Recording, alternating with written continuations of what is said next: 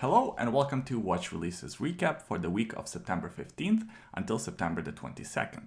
Let's begin with Hamilton and their new Khaki Field Expedition line of watches. Hamilton Khaki Field watches were the first watch for a lot of watch collectors. It's one of those watches that pretty much every watch collector has owned at some point during their watch collecting career. It's like a Seiko SKX, but in a field watch category.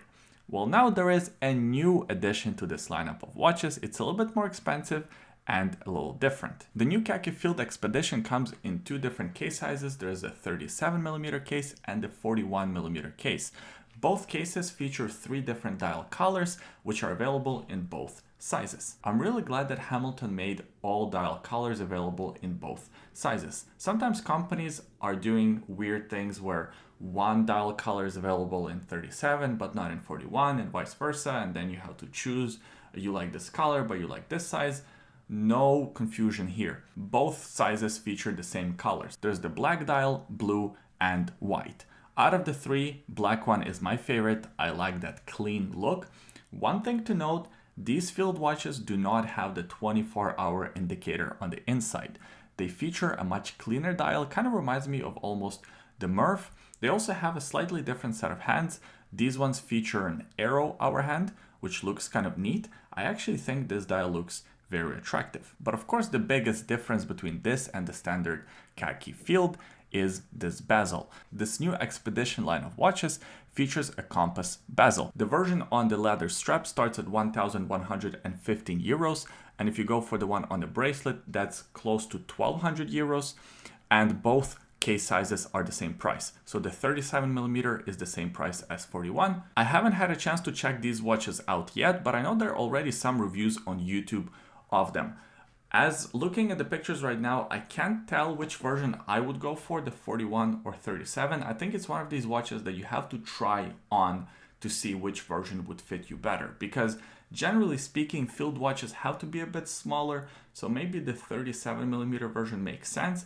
But then again, it has that compass bezel, which makes the watch look maybe a little bit smaller, so maybe 41 is better because it probably wears closer to a diver. I'm just confusing myself here. So the bottom line is, go out and try one on your wrist before deciding which size to go for. Moving on to the next release. Heuer Carrera Chronograph with Team Ikuzawa limited edition. Seems like almost every week I've been covering a different limited edition from Heuer. This time they're collaborating with a racing legend from Japan, but more specifically his racing team called Team Ikuzawa. Tatsu Ikuzawa, the founder of Ikuzawa Racing Team, is a racing legend. He won Le Mans, I believe, in Suzuka, the Japanese track. So he's a legend in Japan and worldwide, and this collaboration makes a lot of sense. Heuer and car racing goes hand in hand, and of course the model being named Carrera, there's very strong ties with racing and the collaboration between Heuer and Porsche. There's a lot that kind of aligns with this collaboration. But hey, let's talk about the watch itself. It is pretty much the standard Carrera chronograph with a different paint scheme. That's pretty much it. I guess there's also a different strap option. This watch comes with both the stainless steel bracelet as well as this kind of neat Velcro-like strap. It kind of reminds me of those straps that are coming with the Moon watch. I guess not with the new one, but with the old one. I have one of these straps with my Moon watch.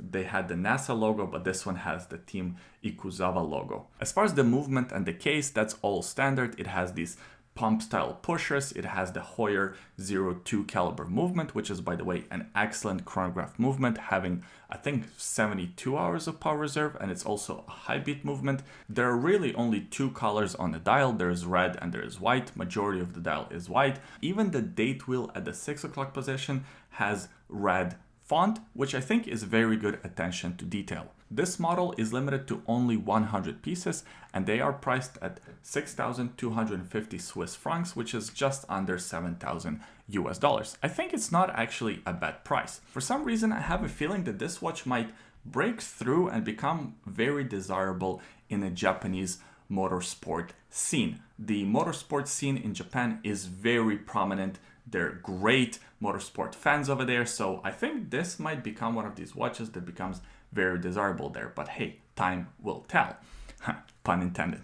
Moving on to the next release. Oris Divers 65 Chronograph. So Oris actually had a Divers 65 chronograph previously. It was in a bronze case and it was in a 42 or 43 millimeter case. That wasn't the big problem with that watch. The big problem with that watch was the thickness. I think it was over 16 millimeters thick. Now Oris made this watch available in a smaller and, in my opinion, slightly more attractive case. This one comes in a 40 millimeter case, in a stainless steel case with a stainless steel bracelet. But what's more importantly, the thickness is slightly more reasonable. It is still quite thick at 15.5 millimeters, but it's not over 16 anymore, which is welcomed.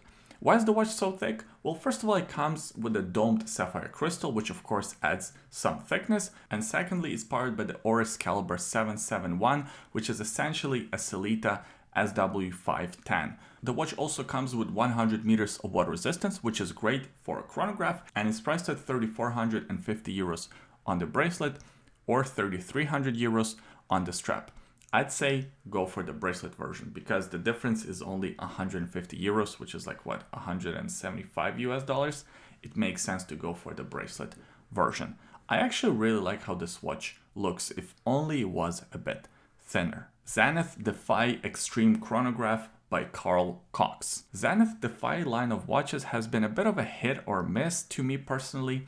Some of them I really like. I actually came very close to buying one. Needless to say, this watch is very dear to my heart. I really like the Defy 21 and I hope to own one day. Now they created a bigger version in collaboration with Carl Cox, who is a music producer and a DJ. I don't know who this person is, but he's big in the music scene, big enough to have his own Zenith watch. This watch is a limited edition to 100 pieces and it comes in a stainless steel and yellow gold case. You can see some yellow gold accents around the chrono pushers as well as around the bezel. There's some gold accents on the dial and I believe some gold accents on the movement. The movement is still the same as the regular Defy 21. It comes with the caliber El Primero 9004, which is a fantastic movement with 53 joules, 50 hours of power reserve and beats at 36,000 vibrations per hour, and it measures 1/100th of a second. These movements are great. They essentially have two different power reserves. Really, a lot of engineering went into designing a watch like this, but I think they ruined it with the overall case size and the look of this watch. It's a 45 millimeter case size by 15.4 millimeters thickness. And I also don't really like the look of this watch. I think it looks like it's trying to be too much of AP Royal Oak Offshore or something like that. Just doesn't work for me at all. And also the price point, 32,500 euros. I mean, that's just way too much. You can get a regular Defy 21, which in my opinion looks way better, for around 10 grand or under. Panerai Luminor BiTempo New York edition. I'm gonna admit something, I don't know much about Panerai watches. In fact, all these Luminor watches look very similar to me, and that's because of my ignorance. The more you know about something, the more you can tell the subtle differences between the models. For me, they all look sort of the same. This limited edition version is here to celebrate opening a flagship Panerai store in New York earlier this year. This Panerai comes in a titanium PVD coated case. It has 300 meters of water resistance, a domed sapphire crystal, and is powered by the caliber P.9010 GMT automatic Panerai movement. It's a very interesting movement, beating at 28,800 vibrations per hour. It has 200 individual components, so it's quite a complicated movement. As any good GMT, it comes with a date complication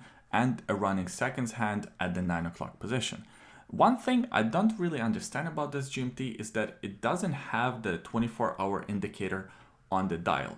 So I'm not sure if it's one of these kind of hacky GMTs where it just goes around every 12 hours, so you have to keep track of that yourself, or if you have to keep track of where the 24-hour marks on the dial would be. Excuse my ignorance, maybe if you know, leave a comment in the comment section below. How do you read that second time zone on this Panerai? Because I'm a little confused about that part. Another part that I'm a little confused about, and it's not specifically to this Panerai, but just something that I thought of, these PVD coated titanium cases.